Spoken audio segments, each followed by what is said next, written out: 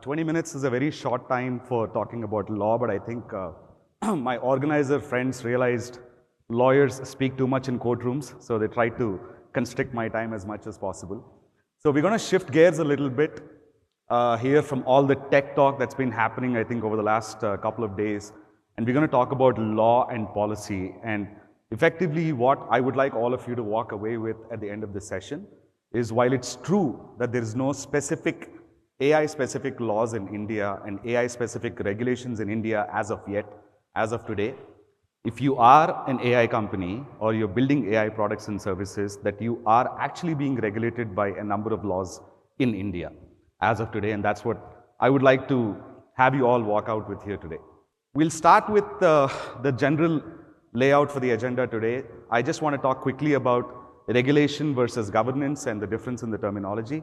We'll talk about the AI regulations in India, we'll talk about international AI regulations, and then we'll close off with some recommendations that I have to get you future-proof and future-ready. So one of the terms that confuses a lot of our tech friends here is the difference between regulation and governance. And I'd like to just think about it this way.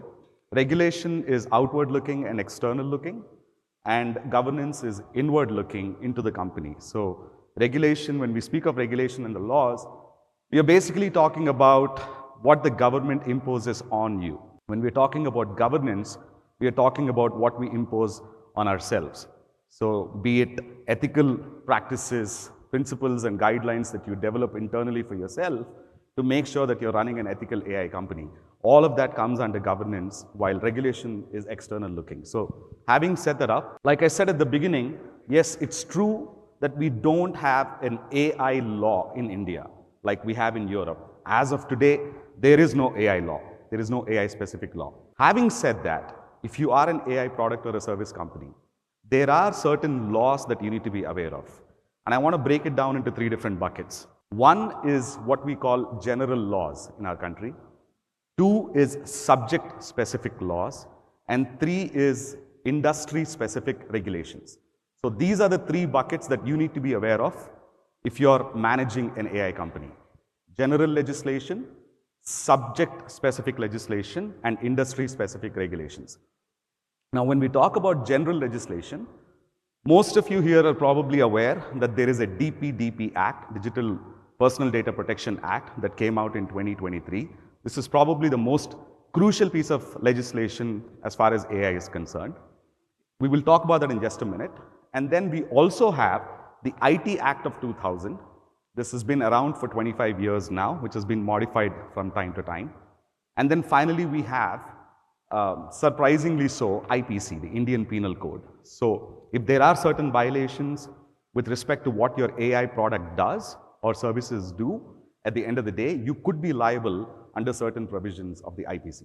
Now, as far as the IT Act is concerned, I just want to give you a couple of examples.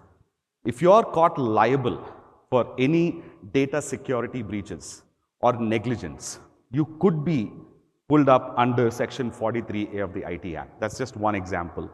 If your product ends up generating obscene AI-generated content, and this is especially true for companies that are in the image generation space, you could be liable under Section 67. If your product or service allows third-party users or end users to generate deep fakes of other customer data or other client data, you could be pulled up under 66D. So these are things that are not common knowledge, but I just want you to be aware that every violation, so to speak, will have a repercussion in the current set of laws, either under the IPC or under the IT Act. Now, as far as the subject-specific laws are concerned, if you have a product that ends up creating an anti-competitive practice in the market, you all probably understand what competition is in the market. If your product or service ends up creating an anti-competitive practice in the market, you could be pulled up under the Competition Act of 2002. So that's one thing you need to be aware of. As far as the Consumer Protection Act is concerned, we just started seeing a number of cases being filed against AI companies in India, especially in Bangalore and Hyderabad. And this generally falls in one of two buckets. One is if you have a defective AI product. So if your AI product is advertising X, but it's actually generating Y, then it's a defective AI product, and you could be pulled up under the Consumer Protection Act. The second is if you have misleading claims. So if your AI product is supposed to generate X, but it's only generating X minus Y or X minus Z, then you could be misleading the consumers onto subscribing to your product. And we've actually fought a case for an OTT platform very recently where the actual claim amount was only 365 rupees. The claim amount that the consumer sued the company for was only 365 rupees. But I think the OTT platform ended up spending more than 50 lakhs defending that particular claim because it was more a matter of principle. So this is something that I would like all of you guys to be aware of. And the most important set of laws that I think most of the AI companies will come under are what are known as the intellectual property laws. And those are broadly the Copyright Act, the Trademark Act, and the Patent Act. Now, the Patent Act may not necessarily be as applicable unless your AI product fits itself into a patentable invention, which in India is a little difficult to do, contrary to patenting in the US.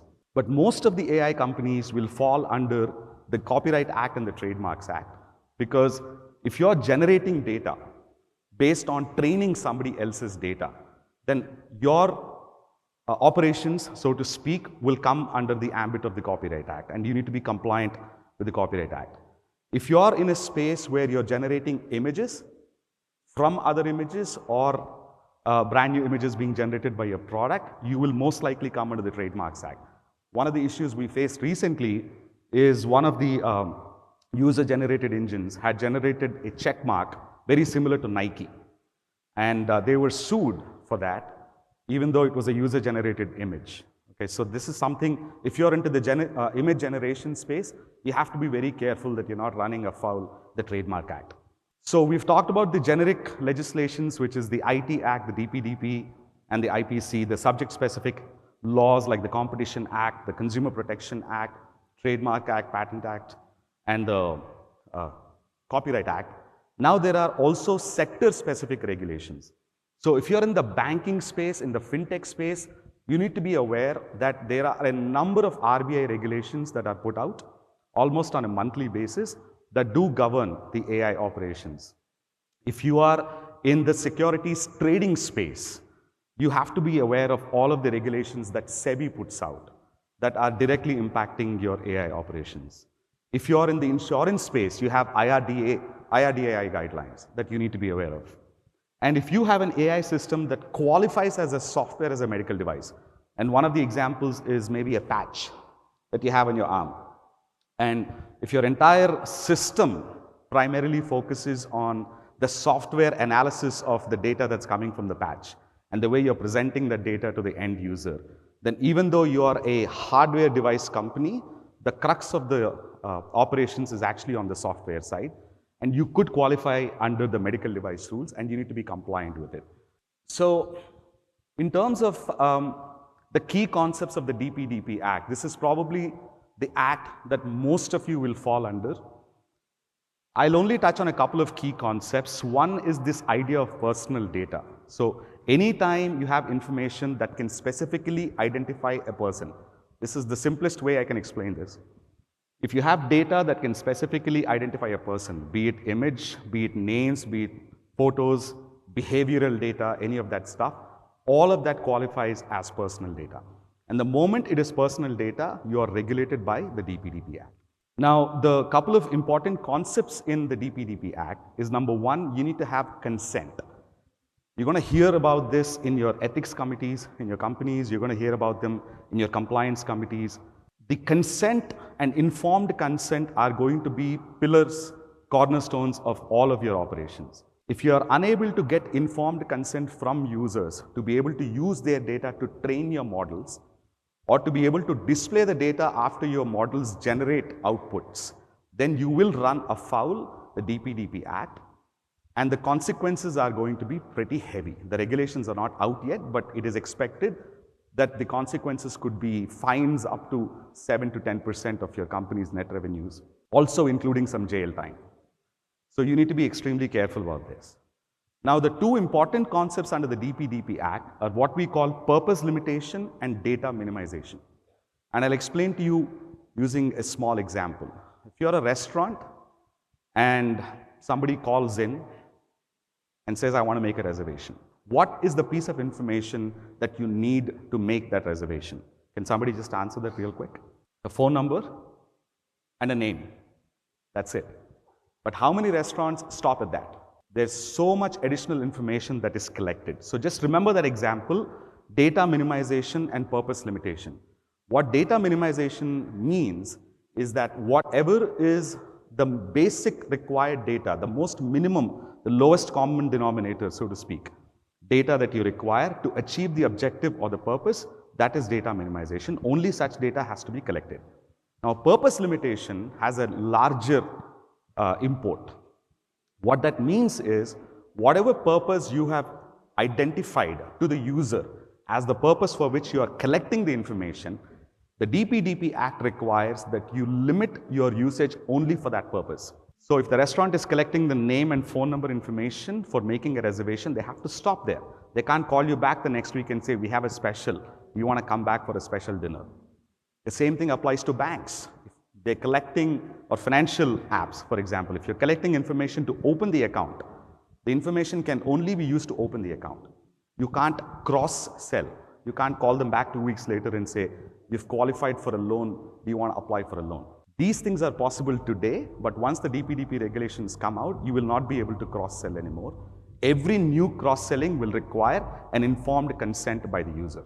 The other thing that you have to be aware of, if for those companies that are collecting children's data, there's going to be very strict regulations coming out. It's not under 14 or under 16 like you see in other countries, it is under 18 in India. So anytime you have an under 18 person and you're collecting data on them, you need to comply with a lot higher, stricter regulations in terms of parental consent. Now, how this applies to the AI companies? If you're scraping data sets, or if you're buying data sets that contain personal data, you need to have a lawful basis under DPDP. Now, there are exceptions. It's called legitimate use exceptions. But I can tell you most certainly that none of those will apply to private companies. Okay? Those are for governments. For example, if there is an Aadhaar card information, the government can access your Aadhaar card information to provide you a service, to give some money under a SOP or a scheme. But you as a private entity cannot do that. Medical emergencies can also become another exception. But like I said, by and large, any private company conducting private business will most certainly not qualify under the legitimate use exception. If you're deploying AI products, so if you have a chatbot that processes user questions containing personal information, that company will now be known as a data fiduciary. Some of you probably heard of the intermediaries under the IT Act. The large intermediaries like Facebook, Twitter's, smaller intermediaries, which is pretty much everybody else. There were strict guidelines on intermediaries. Similarly, we have something called data fiduciaries. So anytime you process personal information, you will be confirmed as a data fiduciary under the DPDP Act.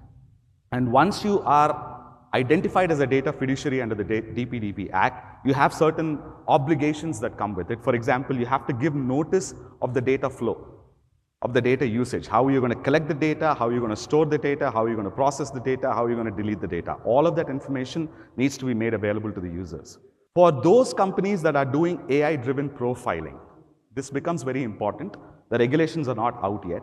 Now, what I mean by data profiling or AI-driven profiling is, for example, in China, there is this concept. Everybody has a unified, universal number. Now, anytime you commit a quote-unquote wrong in the system, there are points that are deducted from your number. And the lesser points you get, the harder it is for you to get government services, the harder it is for you to get private services.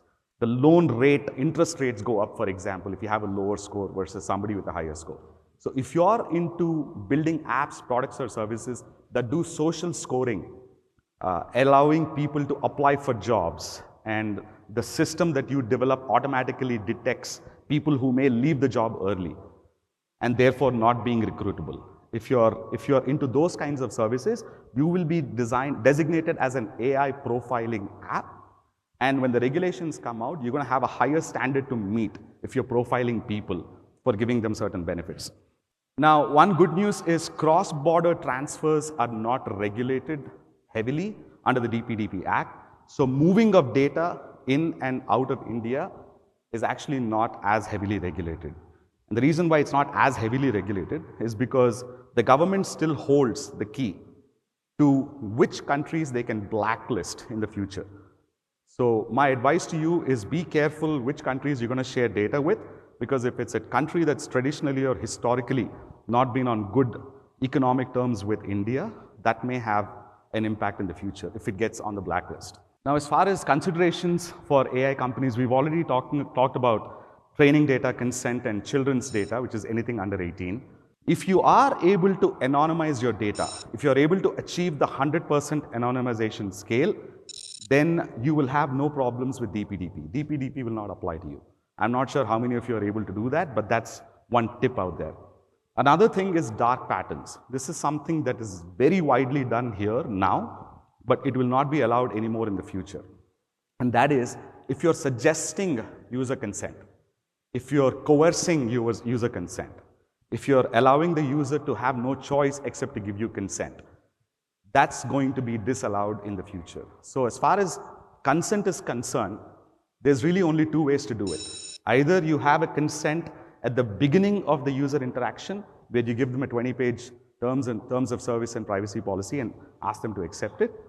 Or you could also take the approach of what's known as the streetlight approach, which is you give them a very short as required policy at the beginning, and as and when you have streetlights, as and when additional services are being provided, you take additional consents at that time. How you decide to implement it, it's on you.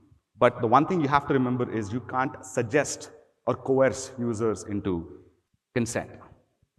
I'm going to move through a couple of these examples. As far as the global regulations are concerned, the good news is there are no federal regulations in the US yet. There has only been one executive order by President Biden, which was effectively replaced by another executive order by President Trump, effectively prioritizing innovation over regulation. As far as the states in the US are concerned, because most of you will have a lot of customers and clients from the US, as far as the states in the US are concerned, about 40 states are at advanced stages of putting out AI-based regulations, so that's something that you have to watch out for. But as of today, there is no AI-specific regulation in the US. But EU on the other side is completely different. We'll just get to that in a minute. They've passed the EU AI Act, and they've been doing it, implementing it in a phased manner, and all of the EU AI Act will complete its implementation by August of next year. And we'll just talk about that in just a second. Now, in terms of how the courts have dealt with this, I just want to give you 3 examples. These are the 3 main examples that are happening currently. Indian courts have not yet come to play with AI-based issues yet. There are 3 main cases that have come out of the US. One is Thomson Reuters versus Ross. Thomson Reuters is a company that collects judgments and orders from courts, summarizes them, and puts them out for lawyers. Ross is a company that took all of these summaries, the so-called head notes, scraped through all of the data and created a competitive product. Now, what the court has said here, the takeaway, is that if you use a competitor's copyrighted data for the same purpose, selling the same service or product, then it will not be allowed. So that is something that you'll have to remember. So there is no explicit bar per se on taking competitor data, but if you're taking competitor data and selling a competitive product, then the courts are beginning to disallow that practice. The second case is Bartz versus Anthropic. This case and the next case that I talk about, which is against Meta. Both of these cases are on copyright violations, where a number of authors had filed a class action lawsuit against Anthropic, saying that you haven't paid us any money before you started scraping our books and training your LLMs. In this particular case, the takeaway was, as long as you have obtained the copies lawfully, you've paid for a book, and then you scanned it and trained your model, you're fine. But if you take a pirated copy of the book and you train your models, then the court's going to come after you. Now, what happened in Meta is they didn't really go after the lawful purchase versus the unlawful purchase. They went on the economic effect. They said simply alleging that somebody infringed your product is not enough. You also have to then show, as a sufferer, you also have to show but that by Meta or Anthropic or any other LLM taking your information, you suffered an economic loss. If you're unable to show economic loss, I'm sorry, the courts can't help you. So these are the 3 different cases that have come about in the US. Now, the EU AI Act, like I said, I'll make it extremely simple. There are only two ways to regulate AI, in my view. One is you regulate all the use cases. The second is you risk categorize the use cases. To regulate every single use case is almost impossible because just in this setup alone, we've probably seen 100 different use cases of AI. So what the EU has done is it has basically come up with 4 risk categories: minimal, low, high, and unacceptable. The minimal risk categories are companies that do AI chatbots, for example. The unacceptable risk category, which we don't have in India, but you have in the EU, are companies that do social profiling, like I said before. So if your company does social profiling or social risk scores, if you're a matrimonial app that gives a score to a person based on certain factors like age and income, etc., you might be qualified as an unacceptable risk social profiling website, and you are banned from providing any services in the EU. So the unacceptable risk companies are banned, and the high-risk companies are allowed under very strict regulations in the EU. I think my time is mostly up, but I basically want to talk about what you can do to prepare yourself. There is an immediate assessment phase where I would like all of you guys to conduct an AI inventory, assess the current compliance gaps, and evaluate the data practices, because the most important thing currently in the absence of any regulations with respect to AI is to understand what your current data practices are. Once you've established that, then you can establish internal governance mechanisms. Number one, I would advise that you set up a compliance committee for AI and data and privacy. And number two, that you set up an internal governance committee. And the third thing is, once you've done both of these things, you need to continually monitor your incoming software. Now, finally, I'll just let you walk away with this. Build privacy by design. This is going to be a mandatory thing no matter whether you like it or not. Maintain governance and grievance mechanisms like I talked about. Start internal policy readiness now, because if you're a regulation company today, you're going to be able to scale up and build much faster than any other company in this country. So that's all the time that I have. Thank you so much.